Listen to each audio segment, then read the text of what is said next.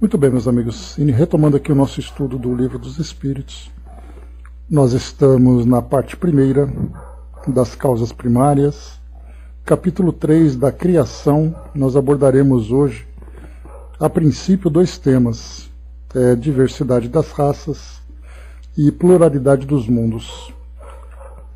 No nosso estudo anterior, nós abordamos aqui o povoamento da Terra e Adão.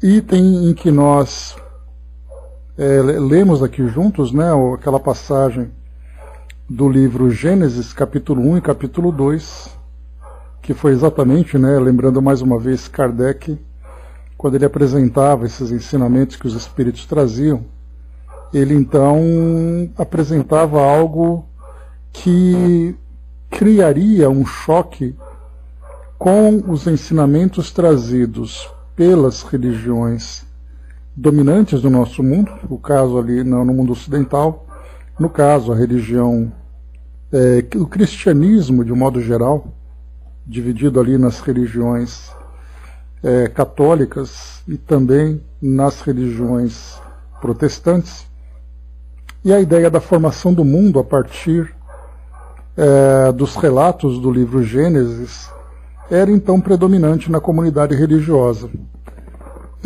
Por outro lado, a comunidade científica procurava trazer ali as suas teorias, especialmente ali baseadas nos estudos dos naturalistas, falando sobre geologia, falando sobre biologia e outras áreas de pesquisa em que procuravam estudar então sobre a evolução dos seres vivos, tendo ali, por exemplo, o próprio Darwin, em que ele apresentava para nós a ideia da evolução das espécies em 1859. Então eram dois segmentos, né, que se debatiam, aqueles que traziam a ideia de um poder de Deus que era incontestável e a ciência que procurava encontrar ali respostas através das investigações aplicando seus métodos. Nós vimos aqui então o povoamento da Terra. Foram duas questões apenas apresentadas e a gente ficou bastante tempo debatendo sobre tudo isso, né? Duas questões: se a espécie humana começou por um único homem, e poderemos saber em que época viveu Adão, né? Então aqui duas perguntas que Kardec faz. Eu tinha separado para nós aqui, a partir da nossa IA, a nossa inteligência artificial aqui do nosso chat GPT, algumas perguntas, né, que é bem interessante, que a gente vai apresentando questões para o chat GPT, ele vai respondendo baseado naquilo, né, que se tem conhecimento hoje e que a gente depois pode pesquisar para poder comprovar mesmo, né, essa linha de raciocínio que ele apresenta. E é interessante porque a gente apresenta essa pergunta para ele da mesma forma que Kardec apresentava aos espíritos, né, guardadas as devidas proporções. Por isso a gente elabora as perguntas do modo como a gente quer e ele traz a resposta baseado nesses conceitos. Bom dia, André. Então, o que eu tinha apresentado, tinha separado para nós aqui no nosso encontro passado, e o chat GPT acabou ficando fora do ar, exatamente naquela manhã eu não consegui trazer aqui o que eu tinha pesquisado, né? Mas eu perguntei como devemos interpretar a história de Adão, personagem bíblico. Ele respondeu o seguinte: a história de Adão é uma narrativa importante na tradição bíblica e tem sido objeto de interpretação e debate ao longo dos séculos. Há diferentes perspectivas sobre como interpretar essa história, e a interpretação pode variar de acordo com a tradição religiosa e a abordagem teológica adotada. Na narrativa bíblica, Adão é o primeiro ser criado por Deus no Jardim do Éden. Ele é colocado como progenitor da humanidade, sendo formado a partir do barro e recebendo o sopro divino da vida. Deus o coloca no jardim e lhe dá a responsabilidade de cuidar e cultivar o lugar. Adão também recebe uma instrução, a instrução de não comer o fruto da árvore do conhecimento do bem e do mal. No entanto, Adão e Eva, a primeira mulher criada por Deus, desobedecem a essa instrução e comem o fruto proibido, o que resulta na queda da humanidade, na introdução do pecado e no afastamento da presença de Deus. Essa desobediência é conhecida como pecado original. Existem várias maneiras de interpretar essa história. Algumas abordagens teológicas a veem como uma narrativa literal que descreve eventos históricos reais. Essa interpretação considera Adão e Eva como indivíduos literais e a queda como um evento concreto que teve consequências reais para toda a humanidade. Outra abordagem é a interpretação alegórica ou simbólica. Essa visão vê a história de Adão como uma narrativa metafórica, que apresenta verdades teológicas mais profundas. Nessa interpretação, Adão é visto como um arquétipo da humanidade, representando a condição humana e as escolhas que cada pessoa enfrenta ao longo da vida. A queda de Adão representa a inclinação humana para o pecado e a separação de Deus. Além disso, existem outras interpretações intermediárias que combinam elementos literais e simbólicos na história de Adão. Essas interpretações reconhecem que a história pode ter uma base histórica, mas também contém elementos simbólicos e teológicos. É importante ressaltar que a interpretação da história de Adão pode variar de acordo com as tradições religiosas e crenças individuais. A maneira como você interpreta a história de Adão dependerá de sua própria perspectiva teológica, estudo das Escrituras e crenças pessoais. Então, essa resposta, essa parte final, ela vai exatamente ao encontro daquilo que nós espíritas estamos fazendo agora, analisando então essa visão sobre a Gênesis que foi apresentada para nós, a ideia de Adão como sendo ali o primeiro homem, o jardim do Éden, a criação do universo em 7 dias, em 6 dias, né? Então nós estamos dando a nossa perspectiva, a nossa visão, de acordo com as nossas tradições, de acordo com as nossas crenças, de acordo com a nossa perspectiva teológica, com o estudo que a gente faz, e as nossas próprias crenças pessoais. Porque o fato de nós estarmos vinculados ao Espiritismo não significa que nós teremos absolutamente a mesma visão. E nós já vimos isso, né, em muitos debates, muitas discussões, em que espíritas divergem de uma determinada visão. Simples, né? Basta lembrar sobre a questão das colônias espirituais, né? Então, sobre a vida dos animais no mundo espiritual, dentre outros temas, que são ali ainda divergentes, exatamente pelo fato de a gente não ter informações suficientes para criar uma unidade de pensamento dentro dessas ideias. Então, eu queria trazer para vocês essa parte aqui. Depois também, como foi perguntado por Kardec, se a espécie humana começou por um único homem, se podemos saber em que época Adão viveu, e aqui é colocado para nós, né, no Livro dos Espíritos, que mais ou menos 4.000 anos antes de Cristo, eu coloquei aqui para nós como se deu o povoamento da Terra segundo a ciência. Então ele coloca assim para nós. Está picotando para vocês, pessoal?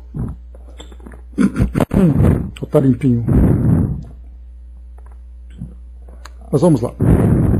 Beleza, então. Então, como se deu o povoamento da Terra segundo a ciência? De acordo com a ciência, o povoamento da Terra ocorreu ao longo de um processo evolutivo e migratório que abrange milhares de anos. Com base em evidências arqueológicas, fósseis humanos, estudos genéticos e outras disciplinas científicas, os cientistas têm desenvolvido uma compreensão razoavelmente bem fundamentada da história do povoamento humano. Eu queria aproveitar até essa expressão, ou esse trecho, que os cientistas têm desenvolvido uma compreensão razoavelmente bem fundamentada da história do povoamento humano. Então, muitas das teorias que são apresentadas hoje, desde da origem do universo para a origem da vida e tantos outros temas, a ciência vem se baseando, claro que dentro da sua visão materialista, né, ou seja, da sua visão do mundo material, essa compreensão, essas teorias estão razoavelmente bem fundamentadas a partir dos elementos, das evidências que são observadas e dos métodos que são criados. Então é importante ter um respeito pela visão da ciência, embora reconheça nela também a sua limitação, né? Então, esse é o primeiro ponto que a gente coloca. A teoria mais amplamente aceita é a chamada hipótese da África, que postula que os primeiros seres vivos evoluíram no continente africano a partir de ancestrais comuns, como os primatas não humanos. Acredita-se que essa evolução tenha ocorrido há cerca de 200 mil anos. A partir da África, os grupos humanos migraram gradualmente para outros países do mundo, para outras partes do mundo. Acredita-se que a expansão inicial tenha ocorrido em ondas sucessivas. Os primeiros humanos modernos saíram da África e se espalharam pelo Oriente Médio, Ásia, Europa e mais tarde pelas Américas, Oceania e ilhas do Pacífico. Essas migrações ocorreram ao longo de muitos milhares de anos e foram impulsionadas por vários fatores, como a busca por recursos, a adaptação a novos ambientes, o desejo de explorar territórios desconhecidos. Os seres humanos se adaptaram a diferentes climas, paisagens e condições ambientais, desenvolvendo habilidades e tecnologias que lhes permitiam sobreviver e prosperar em diferentes regiões. As evidências arqueológicas, como ferramentas de pedra, artefatos culturais e restos de habitações, têm fornecido insights sobre a expansão humana e os diferentes estágios do povoamento em várias partes do mundo. Além disso, estudos genéticos têm sido uma ferramenta importante para rastrear os padrões de migração e ancestralidade humana. Comparando o DNA de populações ao redor do mundo, os cientistas conseguiram reconstruir árvores genealógicas e identificar relações genéticas entre diferentes grupos populacionais. Em resumo, a ciência indica que o povoamento da Terra ocorreu ao longo de um processo evolutivo e migratório que começou na África e se espalhou para outras partes do mundo ao longo de milhares de anos. Esse processo complexo de migração humana e adaptação resultou na diversidade de populações que existem atualmente. Então aqui um resumo dessas ideias, complementando o estudo anterior que nós falávamos sobre povoamento da Terra e Adão. O próximo item aqui, a partir da questão número 52, diversidade das raças. Então a gente vai ler aqui primeiro o que os espíritos colocam e depois a gente traz ali um texto para poder ajudar na fundamentação dessas ideias. Kardec pergunta, questão 52. De onde provêm as diferenças físicas e morais que distinguem as raças humanas da Terra? Então ele coloca 2 pontos. Diferenças físicas, então as características orgânicas que diferenciam uma população da outra, como por exemplo estatura, cor de pele, características faciais, no caso, por exemplo, dos orientais que trazem ali aquelas pregas nos olhos que deixam o olho puxado para o lado. Temos ali, enfim, diversas características físicas. Então, Kardec pergunta de onde vêm essas diferenças. E, ao mesmo tempo, ele traz também a questão moral. Isso porque, a partir da visão eurocêntrica que ele tinha, que era exatamente ali a Europa como sendo o centro intelectual do mundo, ele olhava o nosso planeta por uma perspectiva diferente. Então, por exemplo, no século XVI, final do século XV, começo do século XVI, nós tivemos a presença dos europeus aqui no nosso continente, na América. Ali no século XIX, tivemos a presença dos europeus lá na Oceania. e, ao mesmo tempo, também naquele período de busca por novos ambientes, acabaram chegando na África e encontrando também ali outras sociedades. Essa grande diversidade, a partir da visão europeia, a visão eurocêntrica, fazia com que então eles se vissem como sendo a população mais evoluída intelectualmente e moralmente, pela forma de viver, pela organização, estrutura e tudo mais, se comparado com outras sociedades que eram consideradas mais atrasadas, em termos de organização, de estrutura e até mesmo de intelecto. Enquanto a França, por exemplo, se desenvolvia em tecnologia, arte, filosofia, as outras sociedades ainda viviam no sistema tribal, por exemplo. Então, por isso, Kardec pergunta não apenas as diferenças físicas daquele branco europeu, do negro da África, daquele também por características dos indianos, dos ameríndios, do povo da Ásia, com aquela característica, e ao mesmo tempo também os aborígenes lá da Oceania. São diferenças físicas bem marcantes e morais e intelectuais também. Então é natural que Kardec pergunta de onde que veio essa diversidade toda. Os espíritos respondem: do clima, da vida e dos costumes. Então esses 3 pontos: clima, que cada indivíduo vivendo numa região do nosso planeta é submetido a essa diversidade de clima e, consequentemente, da sua alimentação, do seu modo de viver, dos seus costumes. Então essa diversidade toda vai fazendo com que cada um então viva num estágio evolutivo diferente.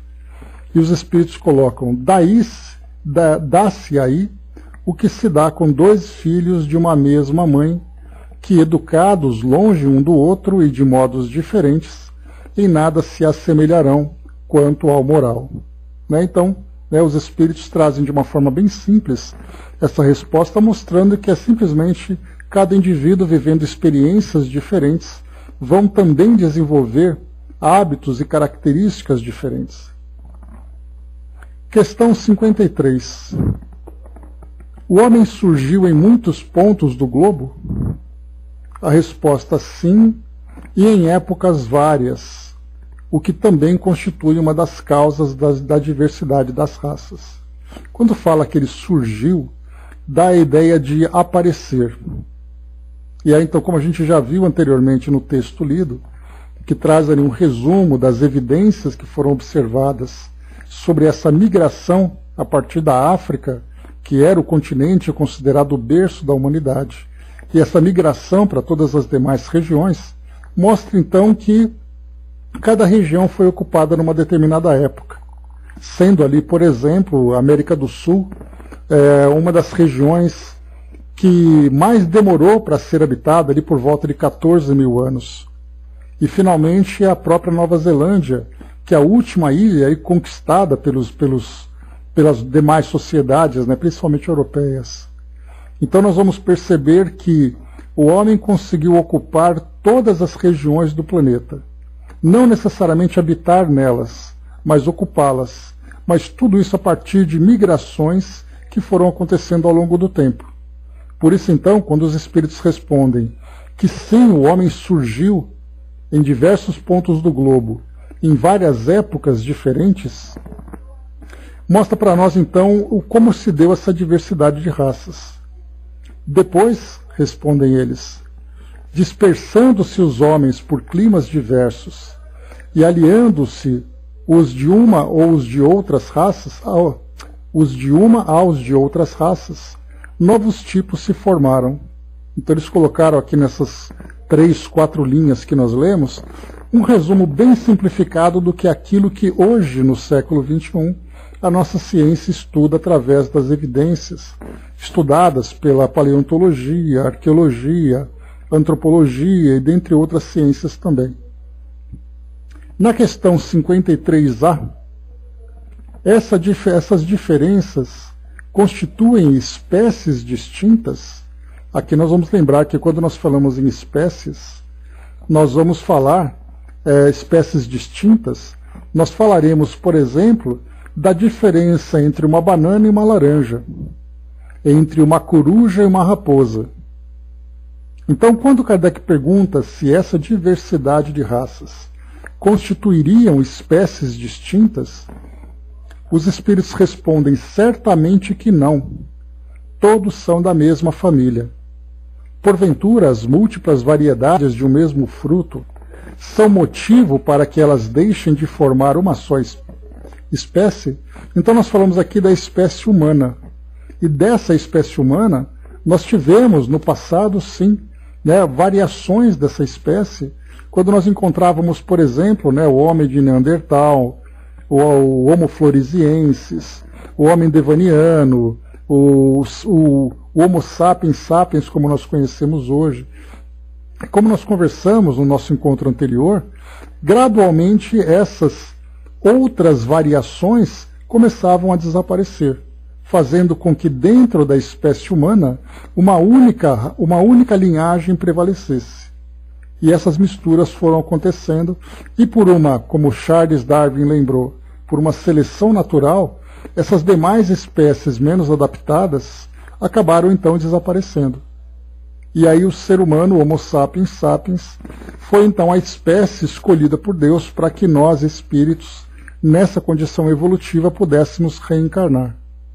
Mas nessas demais espécies, outros princípios espirituais também reencarnaram para vivenciarem esse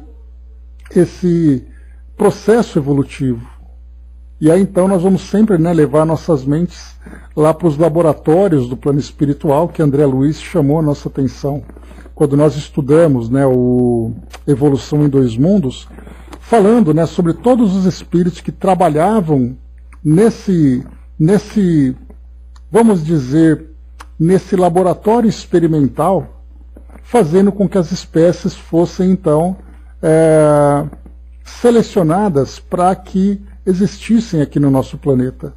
Então, quando nós simplificamos, dizendo que Deus escolheu e pronto, na verdade, as leis de Deus, que tratam, por exemplo, das próprias leis biológicas, elas também vão respeitando essa seleção natural. Vão escolhendo os indivíduos mais aptos a viverem numa determinada época, num determinado ambiente, em determinadas circunstâncias. Mas o que nós vemos então, que de tudo aquilo que de aproximadamente 150 anos para cá, somente os seres humanos como nós hoje estamos aqui então presentes no nosso mundo. Formados com o organismo que nós temos hoje, mas com uma capacidade intelectual limitada, até porque nós vamos lembrar que o homem vai desenvolvendo a sua inteligência de acordo com as suas necessidades. Então não adianta a gente imaginar que um indivíduo que viveu há 50 mil anos pensasse em coisas que não faziam parte da sua realidade.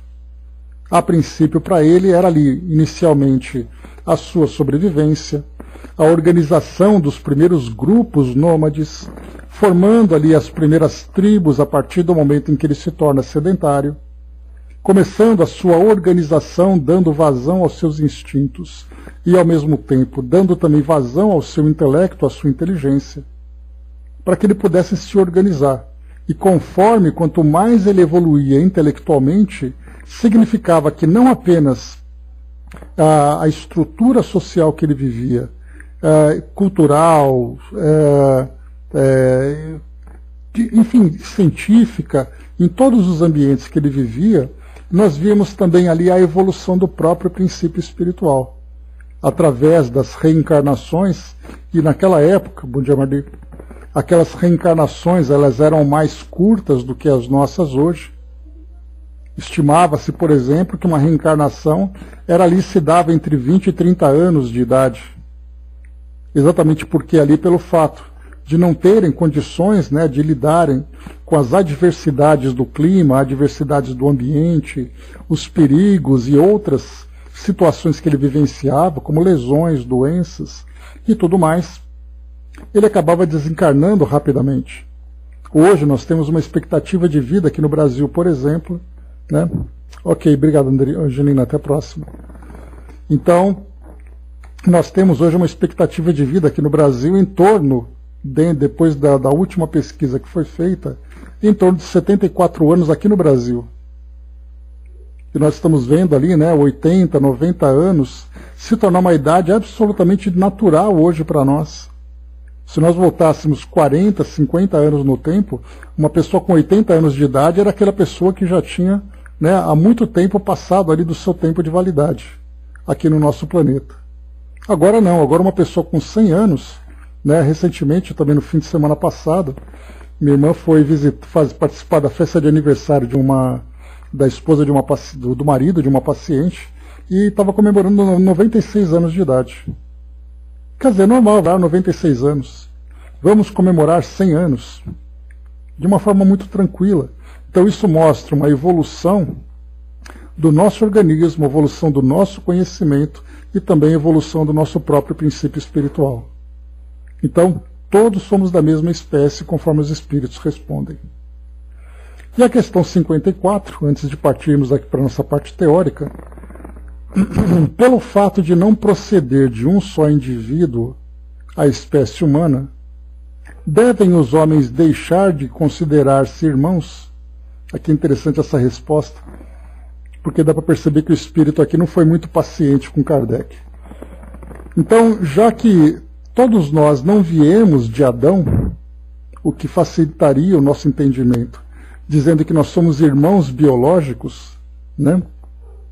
Pois é, Andréia, lá no Japão existem festas em que eles unem pessoas com mais de 100 anos.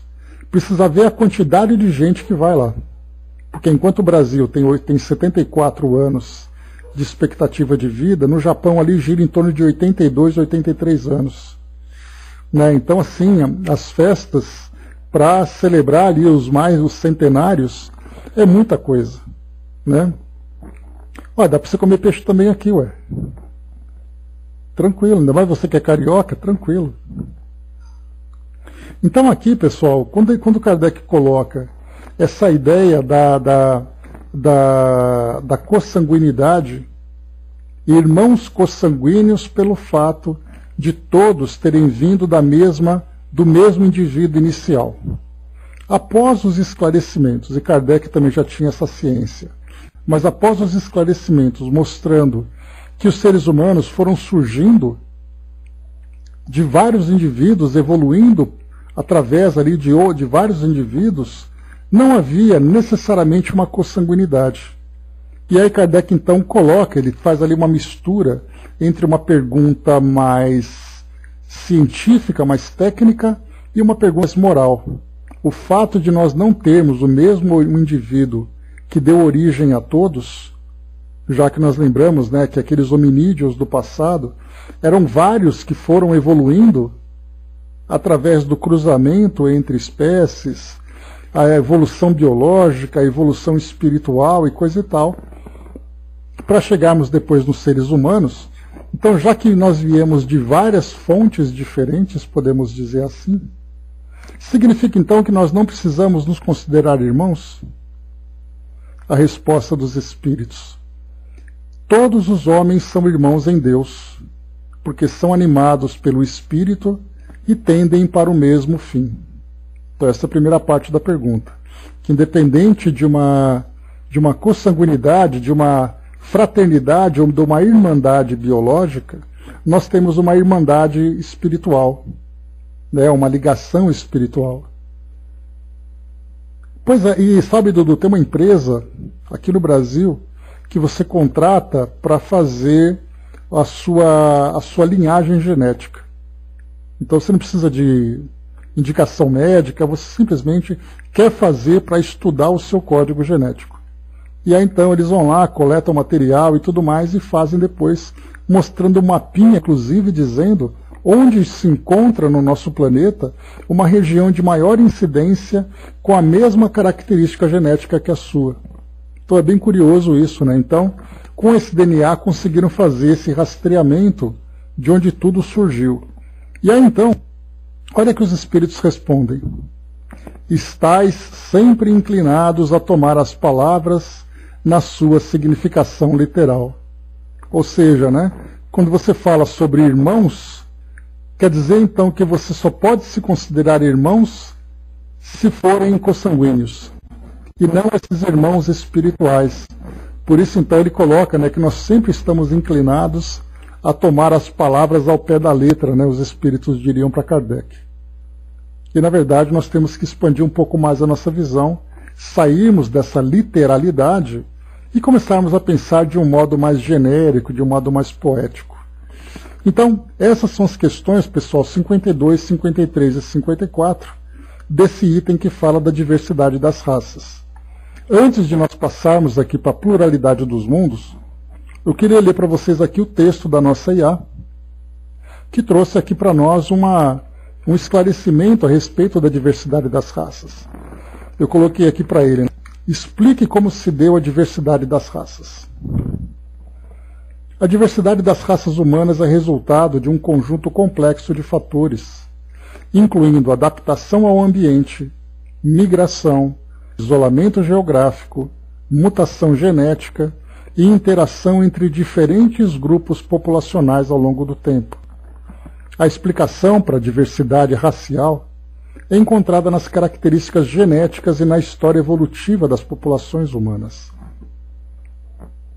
Em termos genéticos, a variabilidade entre as raças humanas é relativamente pequena, uma vez que todos os seres humanos compartilham uma ancestralidade comum recente.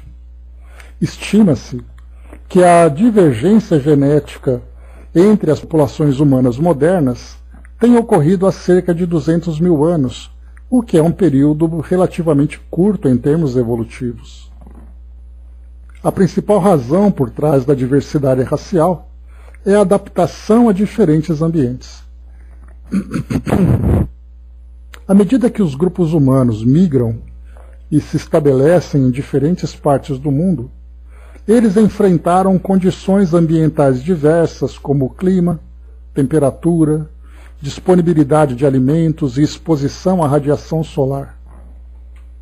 Essas condições ambientais seletivas levaram a mudanças nas características físicas das populações ao longo do tempo, como cor da pele, formato do corpo, tipo de cabelo e características faciais. Essas adaptações são uma resposta à seleção natural e ocorreram ao longo de muitas gerações. Além disso, fatores como a deriva genética, mutação e fluxo genético também contribuíram para a diversidade das raças humanas. A deriva genética refere-se a mudanças aleatórias na frequência dos genes em uma população ao longo do tempo.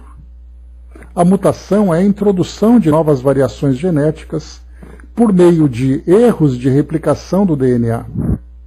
Quando se fala em erro de replicação, nós não falamos aqui necessariamente numa doença que vai surgir.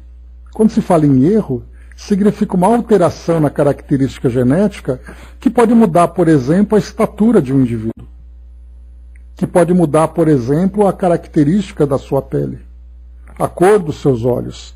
Então, esses erros de replicação acabam gerando, então, essas variações.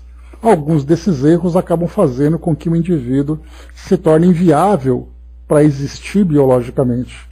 Por isso, então, ele é naturalmente descartado através da seleção natural. Mas, de um modo geral, essas variações vão, então, criando características diferentes que podem ou não prevalecer. E ele segue. O fluxo genético ocorre quando há migração e mistura de indivíduos de diferentes populações, permitindo a troca de genes entre elas. Então, essa diversidade que a gente vai analisando. Bom dia, professor. É importante ressaltar que a noção de raça é uma construção social e cultural, e não uma categoria biológica rígida.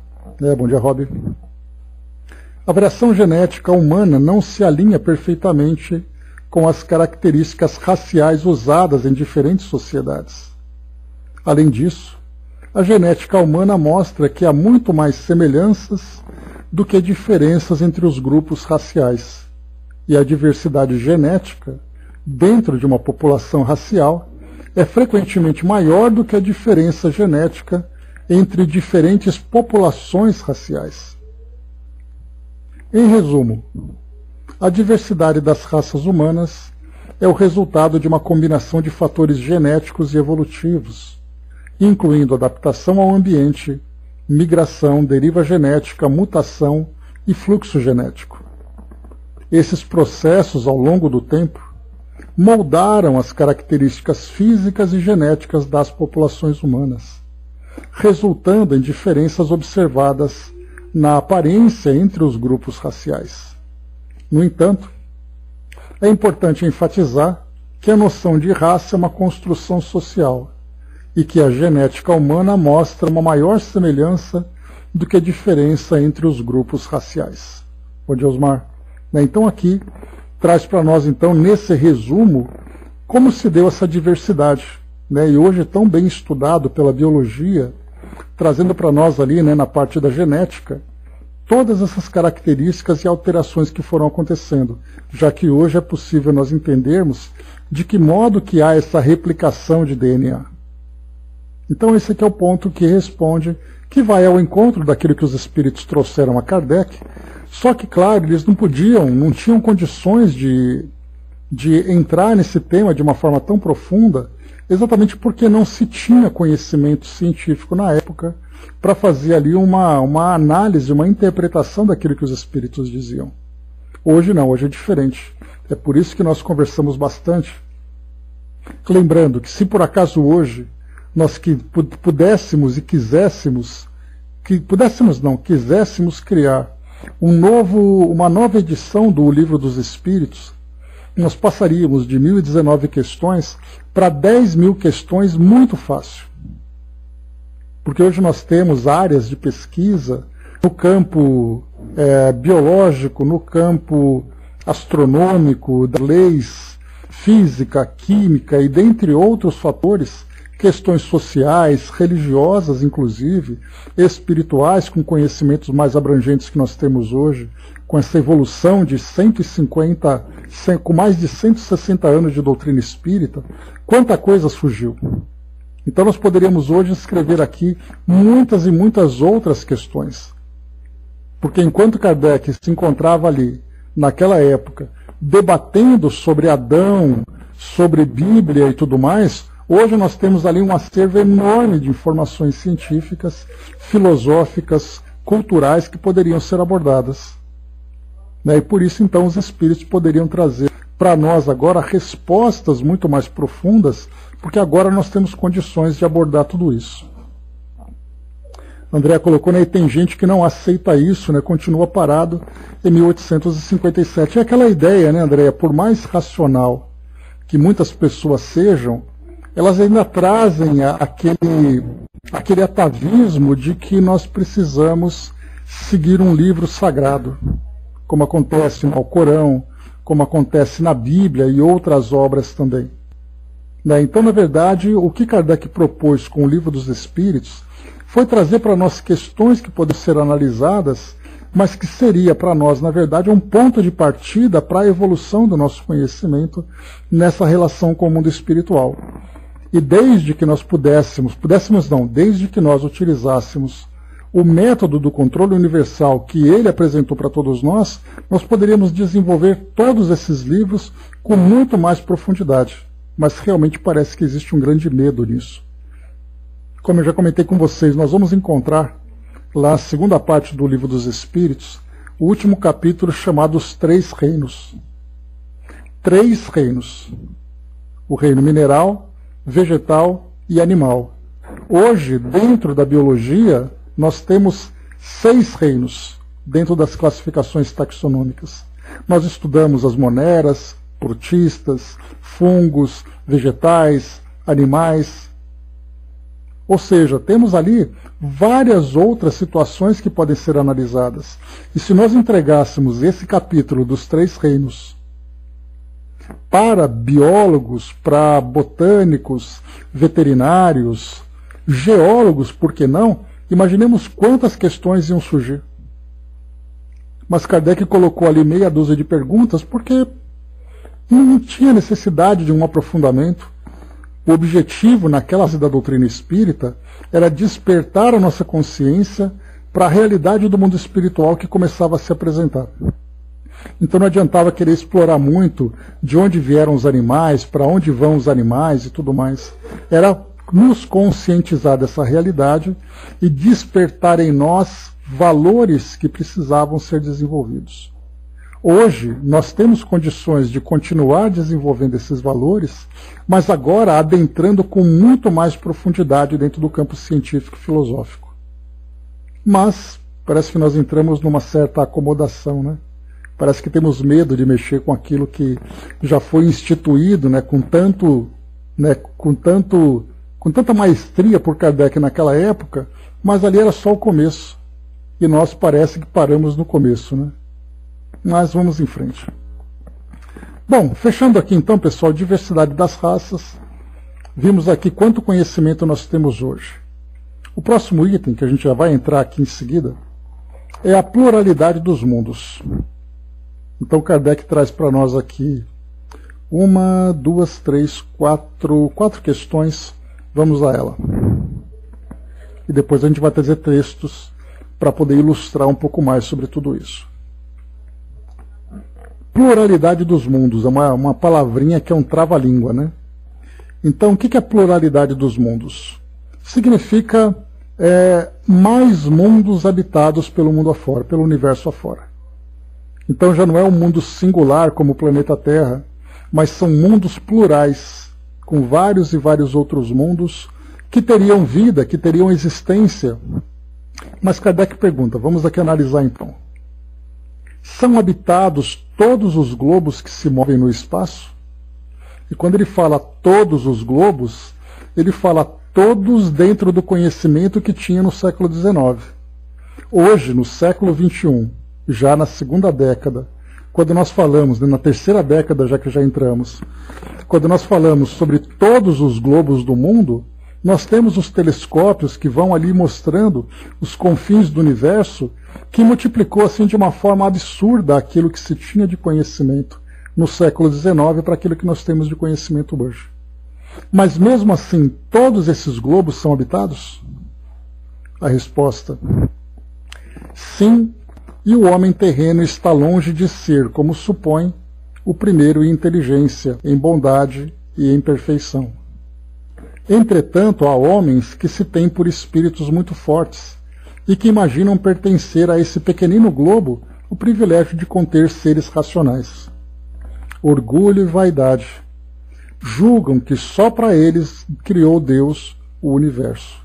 A gente vai lembrar de Carl Sagan, né?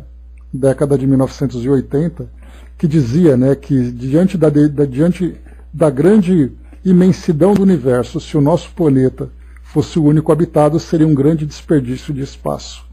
Então ele já dizia isso, né? Mas nada mais era do que o desabafo de um astrônomo, né? Que traz aqui então uma observação, um comentário a respeito dessa questão, em que o nosso planeta não é o único habitado e nós não somos os únicos seres inteligentes no universo. Vamos então avançar aqui com as respostas. Kardec coloca: Deus povoou de seres vivos os mundos, concorrendo todos esses seres para o objetivo final da providência. Acreditar que só os haja no planeta que habitamos fora duvidar da sabedoria de Deus, que não fez outra coisa, não fez coisa alguma inútil. Certo, a esses mundos há de ele ter dado uma destinação mais séria do que há de nos recrearem com vista. Aliás, nada há, nem na posição, nem no volume, nem na constituição física da Terra, que possa induzir a suposição de que ele goze do privilégio de ser habitada, com exclusão de tantos milhares de milhões de mundos semelhantes. Então aqui Kardec, né, com bastante clareza de raciocínio, traz isso para nós. Ainda mais hoje, né, que nós temos essas gravuras que são tão interessantes na internet hoje, que a gente olha fazendo uma comparação das estrelas. Aí mostra, por exemplo, o planeta Terra, aquele grãozinho de areia, mostra o nosso Sol, aquela cabecinha de alfinete, e depois vão mostrando outras estrelas, que quando chega nas estrelas maiores, o nosso Sol praticamente desaparece de tão pequeno que ele fica. E aí então tantos e tantos mundos, temos hoje mais de 2.500 planetas identificados no espaço. Poucos com as mesmas características que a nossa, mas certamente eles estão ali sendo observados, né, pela nossa ciência hoje, né? O Hermes colocou, né, uma distinção ao falar todos os globos e todos os globos. O primeiro abrange todos, né? O segundo nem todos, né? Cadê aqui? Deixa eu ver.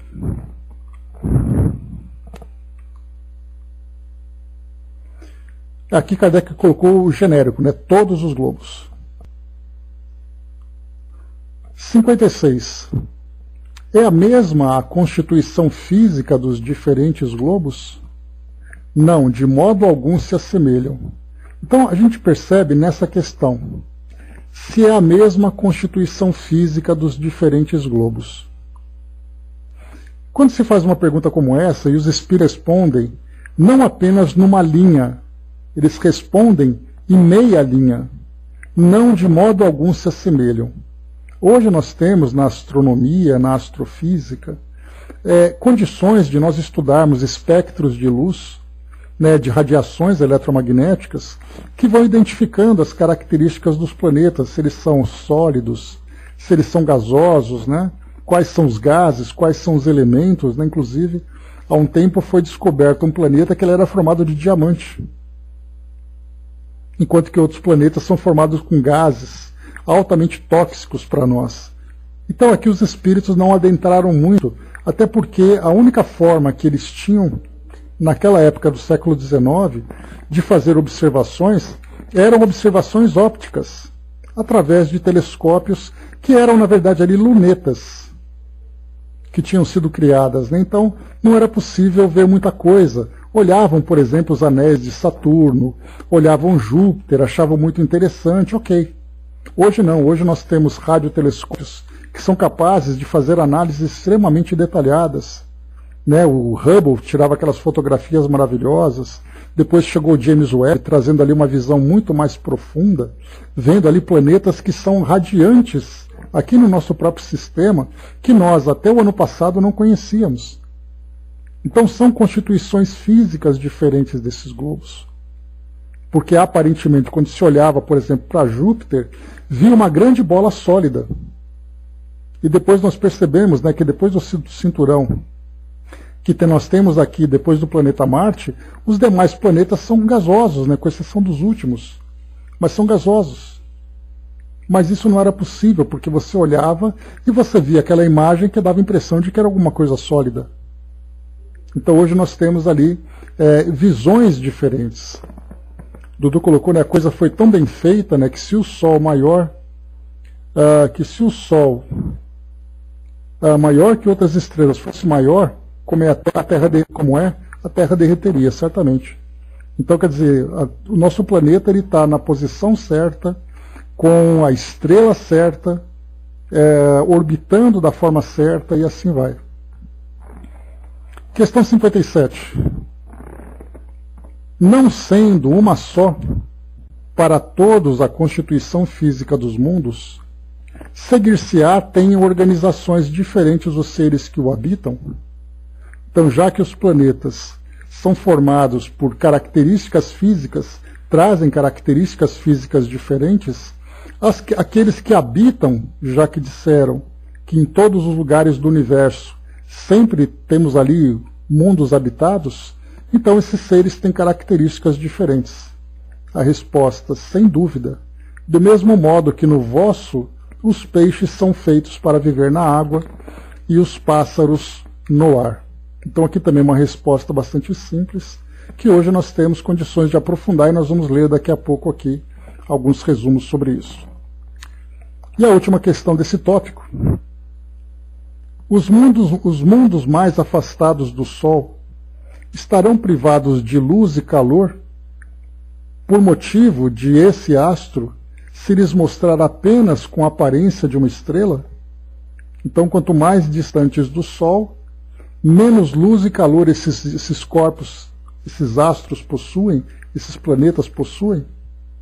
A resposta: pensais então que não há outras fontes de luz e calor além do Sol, e em nenhuma conta tendes a eletricidade que em certos mundos desempenha um papel que desconheceis e bem mais importante do que o que lhe cabe desempenhar na Terra? Demais não dissemos que todos os seres são feitos da mesma matéria que vós outros, e com órgãos de conformação idêntica à dos vossos. Então, outras fontes de energia existem no nosso mundo, existem no universo, que tocam esses planetas, mas que não são as mesmas características que o nosso. E quando se fala sobre luz, que um planeta é privado de luz, qual é a função da luz? E qual é a função do calor? Se, aqui no caso Kardec, obviamente, ele está tendo uma visão, vamos dizer, biológica cêntrica, né? Então ele está dizendo que, como a luz para nós é importante, porque a luz nos permite a visão, e nós temos os nossos olhos, que são esses pequenos órgãos que trazem ali a necessidade de serem estimulados pela luz, e o calor, que faz com que a água seja líquida, que nós tenhamos condições de nos alimentarmos, de vivermos de um modo geral. Kardec perguntou, quer dizer então que nos mundos mais distantes, eles não têm luz nem calor? E os espíritos diriam, o que eles disseram para Kardec, de um modo bem tranquilo, né? Mas eles diriam assim praticamente, e daí? Que não tem luz e calor. Depois eles poderiam dizer, vocês precisam de luz e calor. Por que vocês acham que outros seres, vivendo em outros mundos, não dispõem de outras fontes de energia, de outras fontes de calor, de outras fontes de luz, se houvesse essa necessidade deles? Então é bem curiosa essa resposta deles assim, porque a gente percebe que eles ficam realmente limitados na ciência da época. Não dá para ir além. Kardec faz um comentário agora. As condições de existência dos seres que habitam os diferentes mundos hão de ser adequadas ao meio em que lhes cumpre viver. Se jamais houvéramos visto peixes, não compreenderíamos pudesse haver seres que vivessem dentro da água. Assim acontece com relação aos outros mundos, que, sem dúvida, contêm elementos que desconhecemos. Não vemos na Terra as longas noites polares iluminadas pela eletricidade das auroras boreais? Que há de impossível em ser a eletricidade, em alguns mundos, mais abundante do que na Terra e desempenhar neles uma função de ordem geral, cujos efeitos não podemos compreender. Bem pode suceder, portanto, que esses mundos tragam em si mesmos as fontes de calor e luz necessárias a seus habitantes, partindo do princípio de que eles precisam de luz e calor. E também partindo do princípio de que esses mesmos seres são ali formados por uma composição biológica como a nossa. Indo lá para a nossa IA, fiz aqui algumas perguntas interessantes. Vamos aqui acompanhar as respostas que são relacionadas com esses temas. Então diz assim para nós. Só um instante. De novo o chat saiu do ar. Que coisa. Parece que é provocação, achei. Pronto. Vamos lá. Fiz a seguinte pergunta. Lembrando aqui que todos nós poderíamos fazer pergunta aqui para o chat GPT, de acordo com as nossas ideias, né? Fiz aqui algumas relacionadas com o tema. Como poderíamos imaginar a vida em outros planetas com constituições físicas diferentes? Aqui, naturalmente, é só mesmo no campo da imaginação, né? Imaginar a vida em outros planetas com constituições físicas diferentes é um exercício fascinante, pois nos permite explorar a diversidade potencial da vida no universo. Embora seja difícil prever exatamente como seria a vida em planetas com constituições físicas distintas, podemos especular com base nos princípios fundamentais da biologia e nas características do ambiente planetário. A vida, como conhecemos na Terra, é baseada em água e carbono, mas é importante lembrar que essas são apenas as condições que conhecemos até agora. Se encontrássemos um planeta com uma atmosfera e composição química diferentes, a vida poderia ter evoluído de maneiras inimagináveis. Por exemplo, em planetas com alta temperatura ou pressão atmosférica, a vida poderia ter desenvolvido adaptações para suportar essas condições extremas. Organismos poderiam ter estruturas bioquímicas diferentes, baseadas em elementos como silício em vez de carbono. Em vez de água, um solvente alternativo, como metano líquido ou amônia, poderia ser usado. Além disso, a vida pode existir em formas não baseadas em carbono. Alguns cientistas especulam sobre a possibilidade de vida baseada em outros elementos, como enxofre, fósforo e até mesmo metais como ferro. Outra consideração importante é o ambiente planetário. Se um planeta não possui uma atmosfera protetora, a vida pode ter evoluído em ambientes subterrâneos ou abaixo da superfície, onde condições mais estáveis podem ser encontradas. Em planetas com alta radiação, organismos poderiam desenvolver mecanismos de proteção contra esses danos. Embora seja difícil conceber exatamente como seria a vida nessas condições, estudar a diversidade de vida na Terra nos dá uma ideia de como os organismos podem se adaptar e evoluir em diferentes ambientes. Com base nessas adaptações, podemos imaginar formas de vidas exóticas que poderiam existir em planetas em constituições físicas diferentes. No entanto, vale ressaltar que até o momento não temos evidências concretas de vida extraterrestre.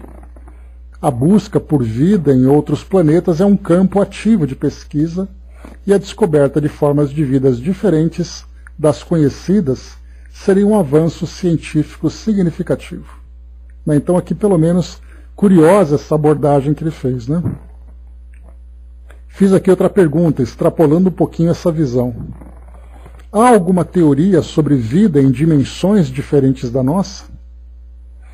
A existência de vida em dimensões diferentes da nossa é um tema abordado em algumas teorias especulativas, como a física teórica e a cosmologia. No entanto, é importante destacar que essas teorias são altamente especulativas e ainda não foram comprovadas experimentalmente. Uma das teorias que sugere a possibilidade de vida em dimensões adicionais é a teoria das cordas.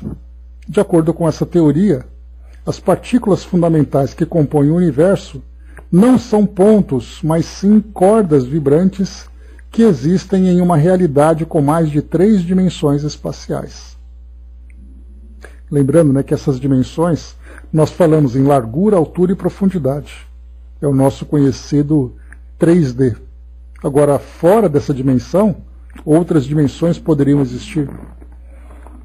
Essas dimensões extras podem ser compactadas em escalas subatômicas, tornando-as imperceptíveis em nosso dia a dia. Alguns cientistas especulam que formas de vida ou civilizações poderiam existir nessas dimensões adicionais. Outra teoria que aborda a possibilidade de vida em dimensões diferentes é a teoria das membranas, também conhecida como teoria M. Segundo essa teoria, nosso universo seria uma das muitas membranas, ou branas, que coexistem em um espaço multidimensional chamado hiperespaço. Essas branas poderiam ter diferentes números de dimensões e diferentes leis físicas. Portanto, pode haver formas de vida que existem em branas separadas, cada uma segundo suas próprias leis. No entanto, é importante ressaltar que essas teorias são altamente especulativas e ainda não têm confirmação experimental. A natureza das dimensões extras e a existência de vida nelas são tópicos ativos de pesquisa e debate na comunidade científica. Até que haja evidências concretas que sustentem essas teorias, a existência de vida em dimensões diferentes permanecerá no campo da especulação. E aí, para fechar, dentre essas dimensões, eu perguntei, poderíamos incluir a espiritual? A inclusão de uma dimensão espiritual é um conceito que geralmente está além do escopo da ciência convencional. As dimensões mencionadas anteriormente, como as propostas pela teoria das cordas e pela teoria das membranas, são conceitos relacionados à física teórica e à cosmologia, e buscam explicar a estrutura do universo em suas propriedades físicas. A espiritualidade, por outro lado, é frequentemente considerada uma questão de crença, filosofia e experiência pessoal, abordando aspectos relacionados ao sentido da vida, valores, conexões emocionais, transcendência e questões existenciais mais profundas. Esses são temas que geralmente estão fora do escopo dos métodos e abordagens científicas tradicionais. É importante respeitar e reconhecer que a espiritualidade desempenha um papel significativo na vida de muitas pessoas e em diversas tradições culturais e religiosas ao redor do mundo. No entanto, a ciência, como um empreendimento baseado em evidências empíricas e no método científico, não tem meios para investigar diretamente ou provar a existência de uma dimensão espiritual. Vejam que interessante essa resposta, né? Ele não fala que não existe, fala que a ciência hoje, através dos seus métodos e através de suas investigações, não pode comprovar a existência. Cabe a cada indivíduo decidir e incluir uma dimensão espiritual em sua compreensão do universo e vida. Essa é uma área em que a ciência e a espiritualidade frequentemente seguem caminhos separados e abordagens distintas. E aqui só um pouquinho de paciência. Coloquei uma última questão. A ufologia é uma ciência? Como devemos interpretar as informações divulgadas por ela? A ufologia é um campo de estudo que se dedica à investigação e pesquisa de avistamentos de objetos voadores não identificados, OVNIs, e possíveis fenômenos relacionados a eles.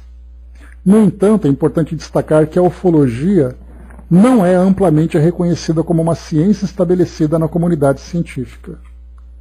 A ciência segue um conjunto específico de métodos e critérios para investigar e compreender o mundo natural. Isso envolve observação cuidadosa, coleta de dados quantificáveis, formulação de hipóteses testáveis, experimentação controlada e revisão dos pares. Até o momento, a ufologia não se enquadra nesse padrão científico estabelecido. Embora muitas pessoas estejam interessadas em OVNIs e possíveis visitas extraterrestres, a maioria dos relatos e evidências disponíveis são frequentemente anedóticos, não verificáveis ou não cientificamente conclusivos. Muitos avistamentos podem ser explicados por fenômenos naturais, erros de percepção, enganos e mesmo fraudes. No entanto, é importante manter a mente aberta e cética ao avaliar informações divulgadas pela ufologia. Algumas organizações e pesquisadores sérios dedicam-se a coletar e analisar dados de maneira científica. Ao avaliar tais informações, é recomendável procurar evidências sólidas, dados verificáveis, metodologias rigorosas e análises transparentes.